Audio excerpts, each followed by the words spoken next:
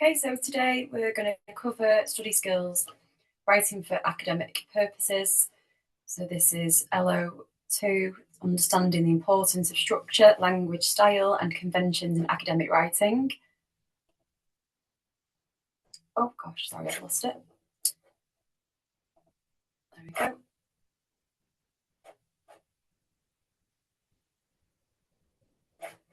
So the first slide is,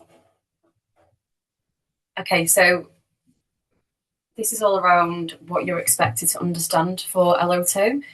So this unit's all about showing how you know academic writing works and why certain rules matter. We're going to focus on 4 key areas. So this, first of all, structure, language, style, academic conventions, and you'll also need to show that you understand, why these elements matter and how they affect the quality of an assignment. Okay, so first of all, we'll discuss the structure. So it's really important to know that academic writing isn't just written in any random order. You will need to have a clear structure that makes your argument easy to follow and shows the assessor that you understand your topic. So a good structure would include an introduction, which will give the context, defines the key terms. So you'll introduce the key terms and you'll set out briefly what will be covered in the main body of the essay. So within the main body, the next section will be organised into paragraphs with clear points, explanation and evidenced. The conclusion will summarise your argument, so it'll bring everything together, what you've learned, and answer any questions. So why does structure matter? The structure is really important for any reader because it keeps the reader on track and you're able then to follow your logic, and it stops any essay drifting off topic, which is it's easily done. We've all been there. So having a structure keeps us focused and attuned to the question, and it shows critical thinking and organisation. Critical thinking is a major part of any academic writing, and it makes your assignment clearer and more persuasive. The second section is all around the language. So academic writing uses language that is formal, precise, and objective. So the key expectations within any assignment you'll complete that we'll expect from UKversity is to avoid slang, any casual phrases is a no-no. You need to use clear and direct sentences and use subject-specific terminology correctly. You need to stay neutral and avoid emotional or biased wording. Focus on clarity rather than complicated vocabulary. Being clear is much more important than putting words in that don't keep you to the point and aren't clear. So why does language matter? Misunderstandings can happen when your language isn't clear. So being clear within the language helps that understanding come through. Formality shows professionalism and academic competence. The right terminology shows you understand the topic.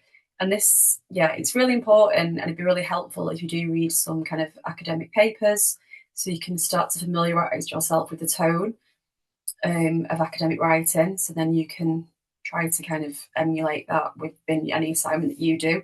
It's a neutral tone.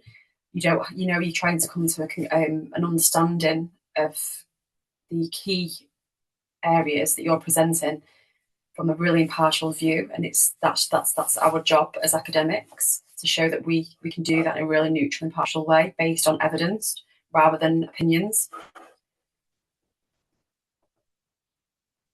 Okay, so the next section is all around the style. So style is about how you present your ideas. So using third person in most essays, unless first person is requested. Writing in a logical, evidence-based way. Avoiding repetition and filler. Using paragraphing effectively. Ensuring ideas flow smoothly using linking words. Why style matters? It matters because then your work will read logically and professionally. It helps you build an argument that feels coherent and thoughtful. And it will then reflect your ability to think and write academically. Academic conventions, number 4. So these are the rules that most universities will expect you to follow. Key conventions include, we mentioned, I'm sure yesterday we did go over the Harvard referencing system briefly. If not, if you haven't come across it before, check that out. There is the YouTube video that you can get. Make yourself familiar with that. Using evidence, so journals, textbooks, reports, credible websites. Avoiding plagiarism, always acknowledge your sources, always make sure you reference any direct citations. You need to put in the references at the back of separately to the assignment on a page dedicated to references.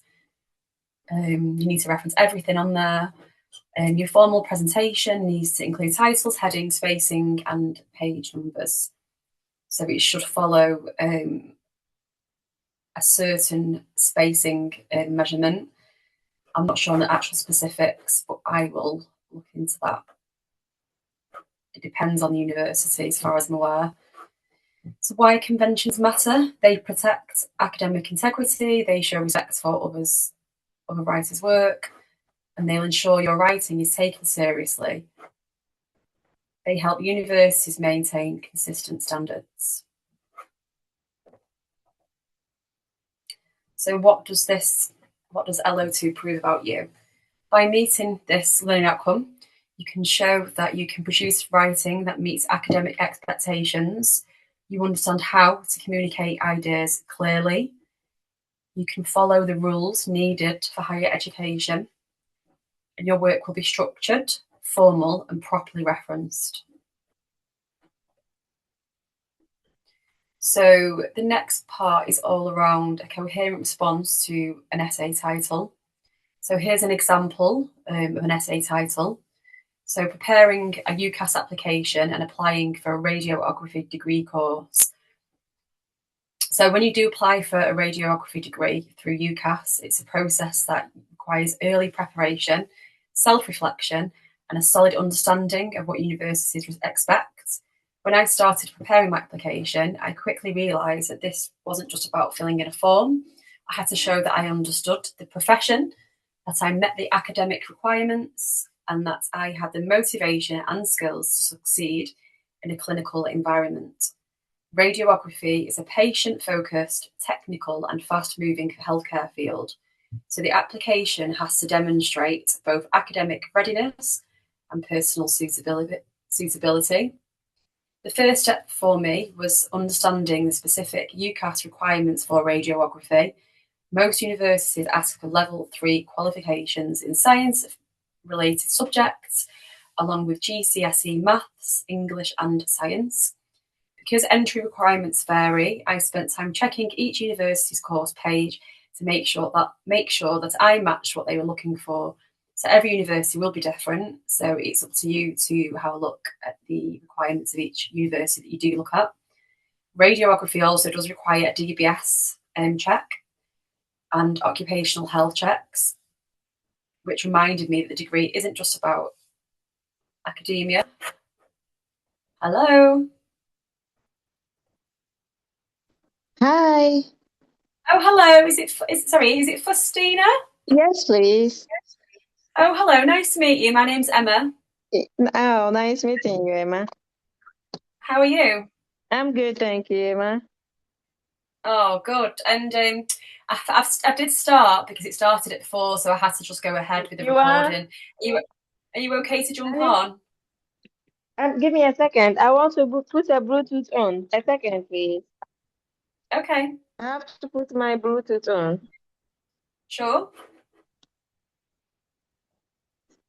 Yeah, you can talk now. Okay. So I'm already six slides in. So I'm going to carry on, and then you can look at the recording. Is that okay if you want to catch up? Okay. Is that okay? So, Yeah. okay. So this section is all about academic writing. Mm-hmm. So, are you familiar? Are you familiar with academic writing? No, I'm not. Okay. So it's all about, and when you do an assignment, you need to understand the importance of academic writing and how you use structure, language, Mm-hmm. and different style and conventions that you need to work by. So this Okay. is what this unit will cover. I'll show you the assignment that is due in a couple of weeks. Can you see my screen here? Yeah, I can. Yeah. So this is the assignment. So it's writing for academic purposes, and it's 2,000 words. So can you see this? Yeah. Yes. Yeah. So the assignment brief is to select an essay style that relates to an area of academic interest. So maybe it could be radiography, or any other area of interest. And then what you need to do is choose a title that you can provide scope and Okay. evaluation and analysis within your essay. And then you have to create a mind map for the key themes. And these are all the AC 1.1, AC 1.2. These are all the different assessment Okay. criteria, which are on, I'll show you. Yeah. Where's it gone? Which is this sheet here. So Cool. as long as you meet all of those objectives within your assignment, you'll be absolutely fine. So it is a study skills writing for academic project purpose. Okay. That's right. Yeah. It's just to understand the foundations of what you need to be able to write in an academic way. Okay.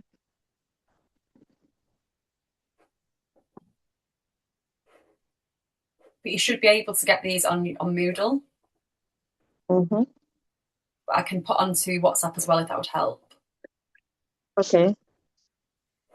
Okay, I'll go back to the slides. All right. Okay. So for this, that's the title.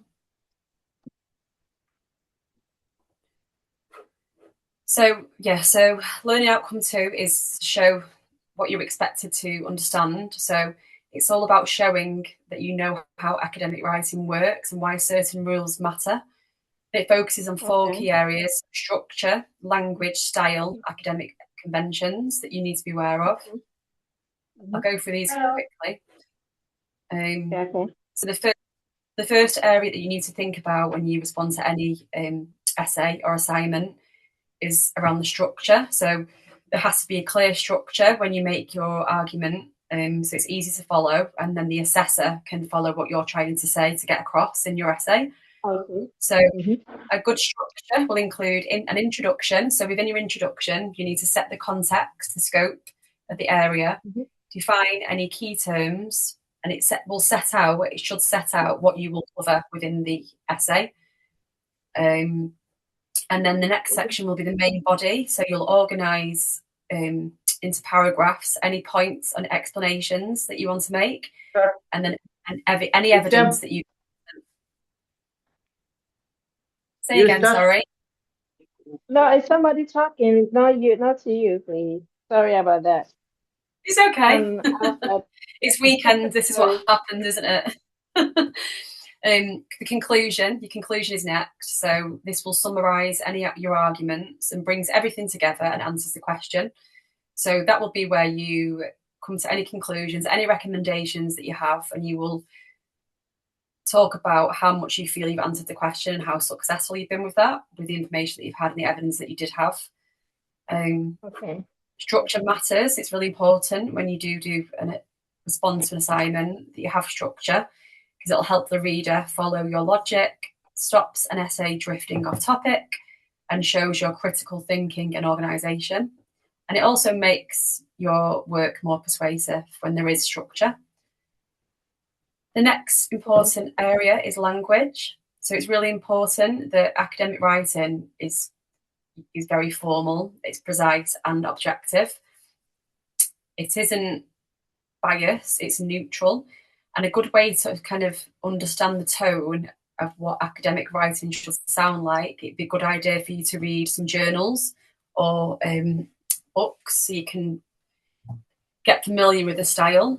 That really helped me in the past. So the key expectations are to avoid slang or casual phrases, use clear and direct sentences, use subject-specific terminology correctly, stay neutral, and avoid emotional or biased wording. So it's your job as an academic, our job, to present different ideas and stay really neutral and present the evidence. So why does language matter? Misunderstandings happen when language isn't clear. So if we're clear, people can understand what we're trying to convey. Formality shows professionalism and academic competence, and the right terminology shows you understand the topic. So you are doing, so this is for radiography. So my subject area isn't radiography. I'm stepping in to do this class, academic skills. So are you enjoying the radiography course?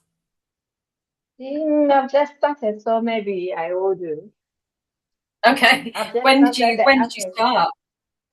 We started last 2 weeks. 2 weeks Oh, ago. right. Okay.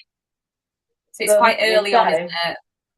Yeah. Yeah, to know whether I enjoy or not. You'll soon get into it and get used to it.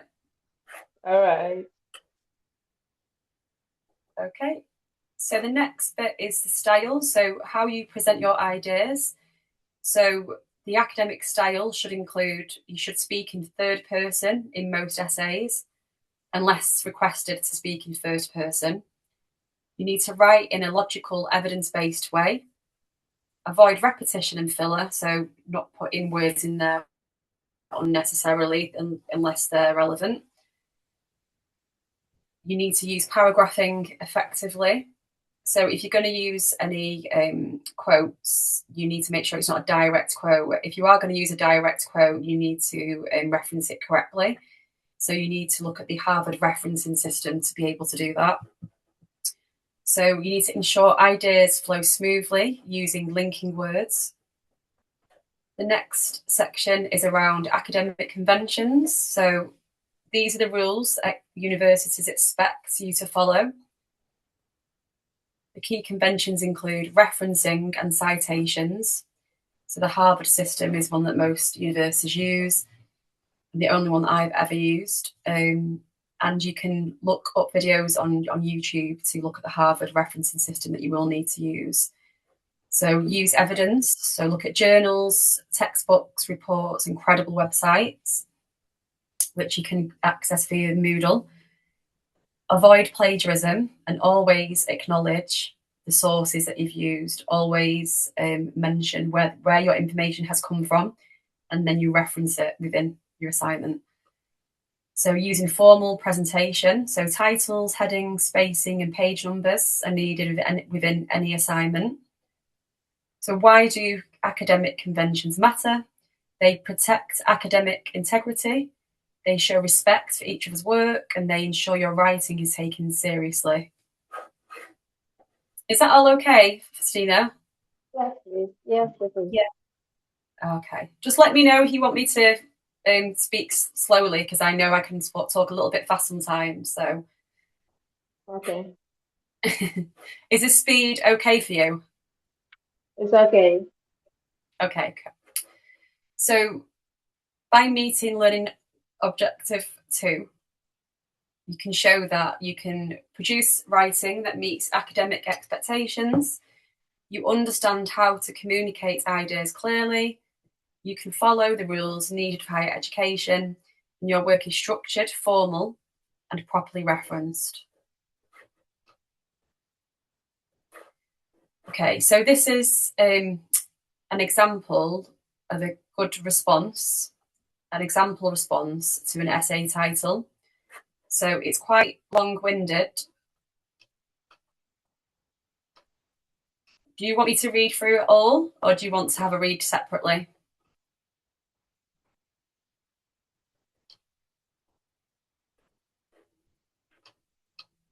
I'll read through it all now anyway.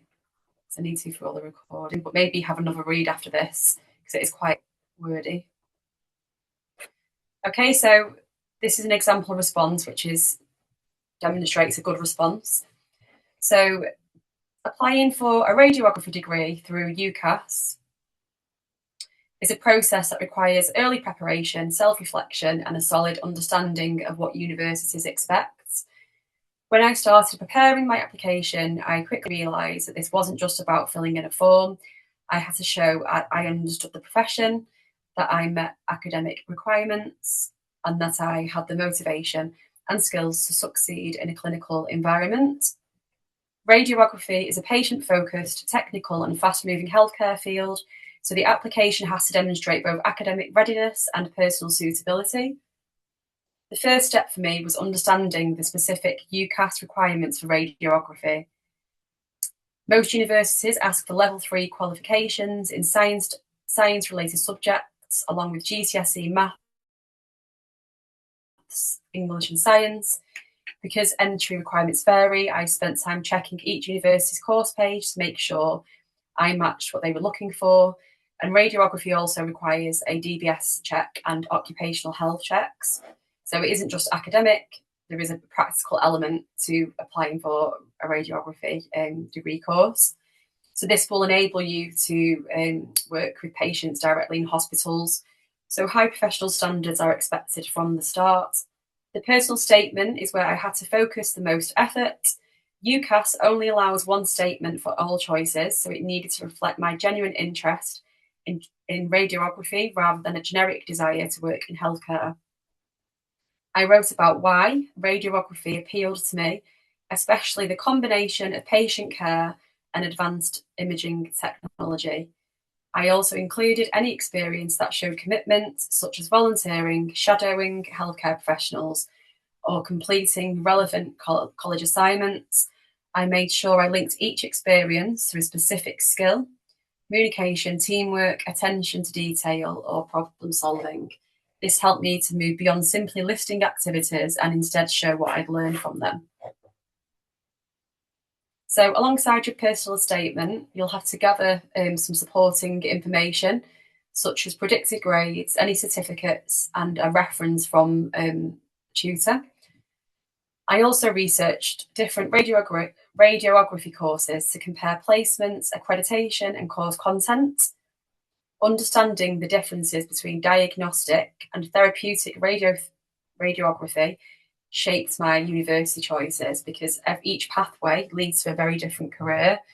So I guess it's really important to check out each of the different universities' course, the different modules that will be on the course, to make sure that you're happy with that, because it would impact which pathway you would or job you go into. So supporting the UCAS application itself was straightforward once the preparation was done. And I made sure everything was correct, submitted before the deadline, and you can track the progress through the UCAS hub. After that, I prepared potential interviews by revisiting my personal statements and reviewing NHS values, which often form the basis of radiography interview questions. Overall, applying for a radiography degree through UCAS requires careful planning and understanding the requirements, preparing a focused personal statement, and gathering evidence and researching universities all contribute to a strong, credible application.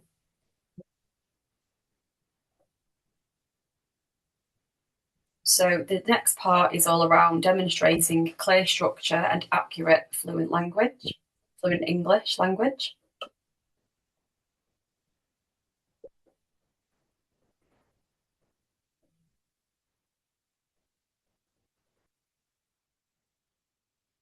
Christina, are you there still? I'm here. Yeah. Yeah, I'm Do you here. want to read through all of this? Do you want to carry on reading? I'll read it when free. But I wanted to find out from you, how different is the therapeutic from the two types of radiography, the therapeutic and what? Is it therapeutic and the other one is Say that again. how different? What are the differences between diagnostics and then the therapeutic radiography? Okay, I'm not sure because I don't teach radiography, you see. So I'd ask that question to your tutor or the learner support email address. Is that Okay, okay? I'll check it. I'll check it Yeah. online. Okay. Yeah. Sorry. Yeah. So my subject area is in sustainability. So I'm stepping in because this is like a multidisciplinary subject area, academic skills. But anything Okay. specific to your subject, you need to email the support email address. Is that okay? All right. Do you want me to continue to read these out, or do you want to read them It, separately? I'll read it when I'm home. Okay, because it goes Oh, on for a while, you see. So yeah, this is an it's example. too long. Yeah, yeah. This is an So example, so you're able to read it yourself. after Yeah, after this, so this is just an example of your academic purpose for choosing that school. say again. Sorry. It's your is it your academic purpose? My academic background is in environmental management and sustainable development. No, this one, the one we are reading, your academic statement or Yeah, it academic is. Yeah, for UCAS. Yeah, this for is you, a class. So, okay. this is for a UCAS, the process for UCAS. So this is an example of how somebody has gone about applying to do a radiography degree. Okay. So it just shows everything that needs to be done in the correct way in order to apply Okay. to go to Okay. university. Yeah. Okay. This is a good guide. If you did want to apply to do a degree in radiography, this shows this shows the process. Yeah. Okay. Okay. Yeah. And it just shows this is a good example of how Yeah. of the academic style. But I'll let you read through that separately, and anybody else that joins onto this can read it separately as All well. right. Okay. So so after you've read it, you can have a So the conclusion is that the process of identifying and evaluating multiple sources strengthens your application and your understanding of the profession. So it shows that evidence-based decision making leads to clearer, more reliable conclusions, which is a key skill in academic work and in healthcare practice. So it's a great example of how you need to do your research. You need to research everything and just check out different options before you make any decision, especially when it comes to a UCAS application. Okay, so if you do want to, this is the Harvard referencing. So this is how this is what it would look like. The format would look like when you do reference, when you take examples from people's work, you have to reference it on here.